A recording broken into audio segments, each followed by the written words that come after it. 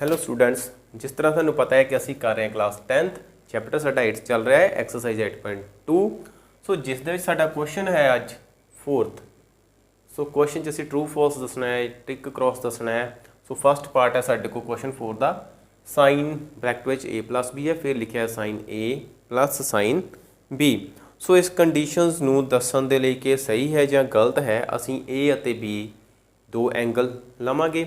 So a the value ਅਸੀਂ ਕੋਈ ਵੀ ਲੈ ਲੈਣੀ ਹੈ। ਦੇਖੋ a ਅਸੀਂ ਲੈ ਲੈਂਦੇ ਹਾਂ 45 ਡਿਗਰੀ ਅਤੇ b ਅਸੀਂ ਲੈ ਲੈਂਦੇ ਹਾਂ 30 ਡਿਗਰੀ।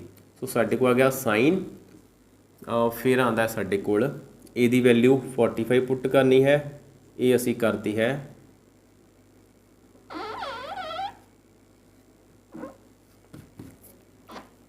ਸੋ ਜਿਸ ਦੇ ਲਈ ਅਸੀਂ ਸਭ ਤੋਂ ਪਹਿਲਾਂ a ਲੈ ਲੈਂਦੇ ਹਾਂ। a ਅਸੀਂ ਲੈਂਦੇ ਹਾਂ 30 ਡਿਗਰੀ ਅਤੇ b ਲੈ ਲੈਂਦੇ ਹਾਂ 60 ਡਿਗਰੀ।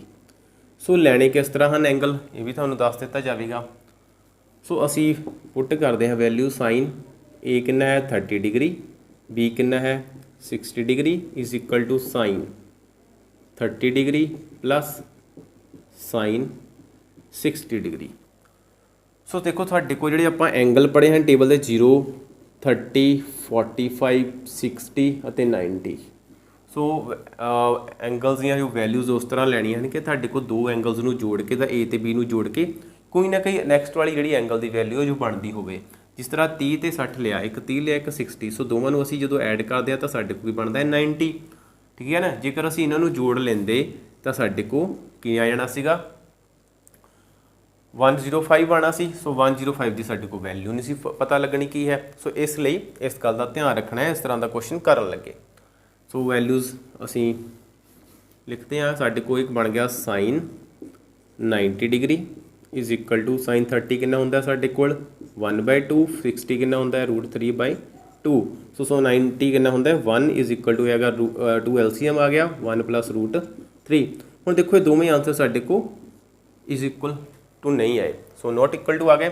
ਸੋ ਦੇਅਰਫੋਰ ਇਹ ਸਾਡੇ ਕੋਲ ਆਪਸ਼ਨ ਕੁਐਸਚਨ ਫਸਟ ਸੀ, ਇਹ ਕੀ ਹੋ ਗਿਆ ਰੋਂਗ। ਸੋ ਫਿਰ ਸਾਡਾ ਆਉਂਦਾ ਹੈ ਪਾਰਟ ਸੈਕਿੰਡ। ਪਾਰਟ ਸੈਕਿੰਡ ਦੇ ਵਿੱਚ ਸਾਨੂੰ ਕਿਹਾ ਗਿਆ ਹੈ ਕਿ 0 ਦੇ ਵਧਣ ਨਾਲ ਥੀਟਾ ਦੇ ਵਧਣ ਨਾਲ ਸਾਈਨ ਥੀਟਾ ਦਾ ਮੁੱਲ ਵੀ ਵੱਧਦਾ ਹੈ। ਸੋ ਇਸ ਦੇ ਲਈ ਸਾਨੂੰ ਥੋੜ੍ਹਾ ਟੇਬਲ ਦੀ ਹੈਲਪ ਲੈਣੀ ਪਵੇਗੀ। ਸੋ ਜਿਸ ਵਿੱਚ ਸਾਡੇ ਕੋਲ ਹੁੰਦਾ 0 ਡਿਗਰੀ, 30 ਡਿਗਰੀ, 45 ਡਿਗਰੀ, 60 ਡਿਗਰੀ ਅਤੇ 90 ਡਿਗਰੀ। ਸੋ 0 ਡਿਗਰੀ 'ਤੇ ਅਸੀਂ ਸਾਈਨ ਥੀਟਾ ਦੀਆਂ ਵੈਲਿਊਜ਼ ਲਿਖਣੀਆਂ ਹਨ। ਸਾਈਨ 0 ਡਿਗਰੀ ਕਿੰਨਾ ਹੁੰਦਾ 0, 30 ਕਿੰਨਾ ਹੁੰਦਾ 1/2, 45 ਕਿੰਨਾ ਹੁੰਦਾ 1/√2। ਸੋ 60 ਕਿੰਨਾ ਹੁੰਦਾ √3/2। ਸੋ ਫਿਰ ਸਾਡੇ ਕੋਲ ਕਿੰਨਾ ਹੁੰਦਾ 91। ਹੁਣ ਦੇਖੋ ਜਦੋਂ ਸਾਈਨ ਅਸੀਂ ਥੀਟਾ ਦੀ ਜਗ੍ਹਾ 'ਤੇ 0 ਲਵਾਂਗੇ ਸਾਡੇ ਕੋਲ ਆਂਸਰ ਆਏਗਾ 0। ਠੀਕ ਹੈ ਨਾ। ਉਸ ਤੋਂ ਬਾਅਦ ਕਿੰਨਾ ਹੋ ਗਿਆ ਸਾਡੇ ਕੋਲ 0.5। ਇਹਦਾ ਮਤਲਬ ਕਿ 0 ਸੀਗਾ, ਫਿਰ ਸਾਡੇ ਕੋਲ ਆਂਸਰ ਜਿਹੜਾ ਉਹ ਵੱਧ ਗਿਆ 0.5 ਹੋ ਗਿਆ। ਉਸ ਤੋਂ ਬਾਅਦ ਸਾਡੇ ਕੋਲ ਉੱਪਰ 1 ਹੈ ਨੀਚੇ 1.2 ਹੈ। ਸੋ ਇੱਥੇ ਵੀ ਜਿਹੜਾ ਆਂਸਰ ਹੈ ਸਾਡੇ ਕੋਲ ਥੋੜ੍ਹਾ ਵੱਧ ਜਾਏਗਾ। ਠੀਕ ਹੈ, ਸਮਥਿੰਗ ਕੋਈ ਵੀ ਵੈਲਿਊ ਸਾਡੇ ਕੋਲ ਆਏਗੀ। ਸੋ √3 ਇੱਥੇ ਵੀ ਸਾਡੇ ਕੋਲ ਜਿਹੜੀ ਵੈਲਿਊ ਹੈ √3 ਦੀ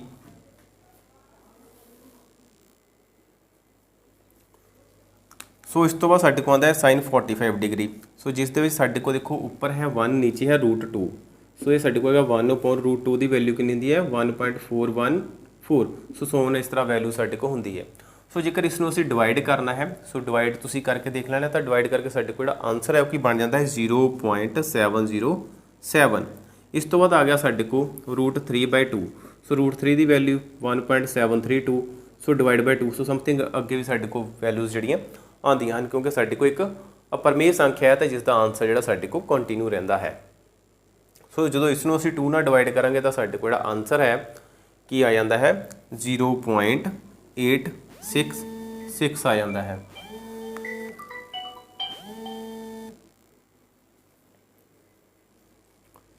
ਸੋ ਇਸ ਨੂੰ ਅਸੀਂ ਜਦੋਂ ਡਿਵਾਈਡ ਕਰਦੇ ਹਾਂ ਤਾਂ ਸਾਡੇ ਕੋਲ ਆਂਸਰ ਆਉਂਦਾ 0.866। ਠੀਕ ਹੈ।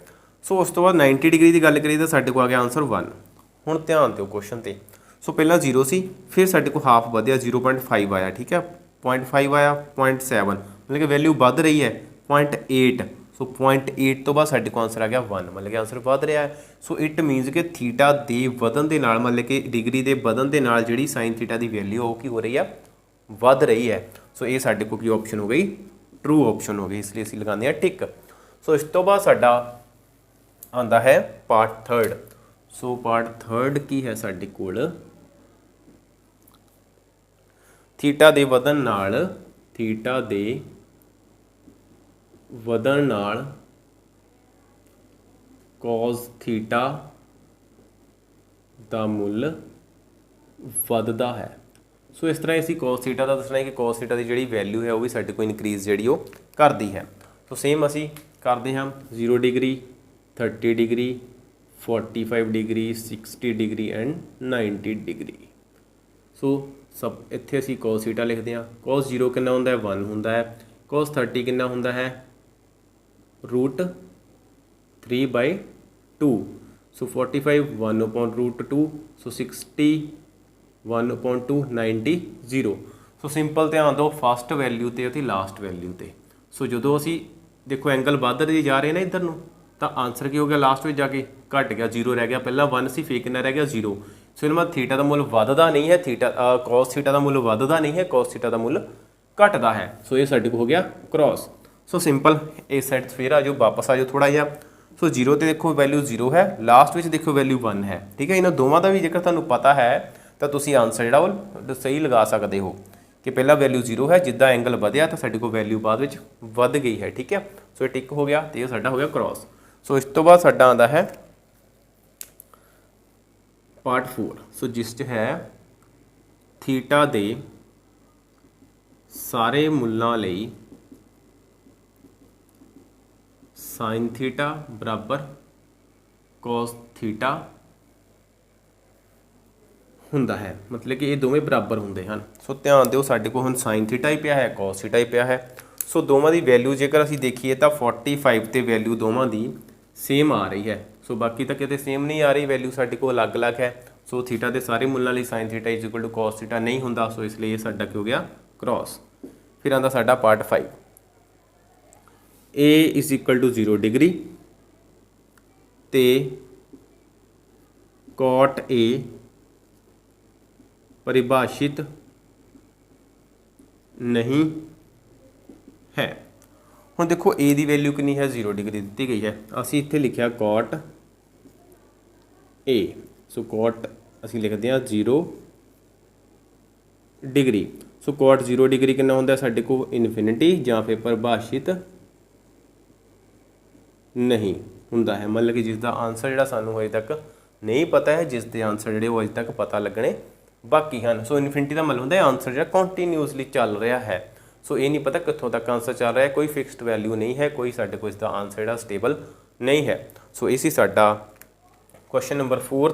सो इस दे नाल ही साडी जिहड़ी एक्सरसाइज है 8.2 जिहड़ी कंप्लीट होंदी है। सो उम्मीद करदा है कि क्वेश्चन 4 भी तुहानूं क्लीयर हो गया होवेगा। अगर फिर भी कोई कमी रहिंदी है तो तुसीं कमेंट बॉक्स कमेंट करके दस सकते हो, कोई अपना डाउट है वो क्लीयर कर सकते हो। सो डिस्क्रिप्शन में जरूर चैक करो कि तुहानूं उस विच लिंक दिते गए हैं क्लासेस के, कि तुसीं उस क्लास के अनुसार अपना टैलीग्राम या फिर व्हाट्सएप ते जिहड़ा तुसीं जुड़ सकते हो, उस ते अपने जिहड़े डाउट्स ने वो क्लीयर कर सकते हो मैसेज करके।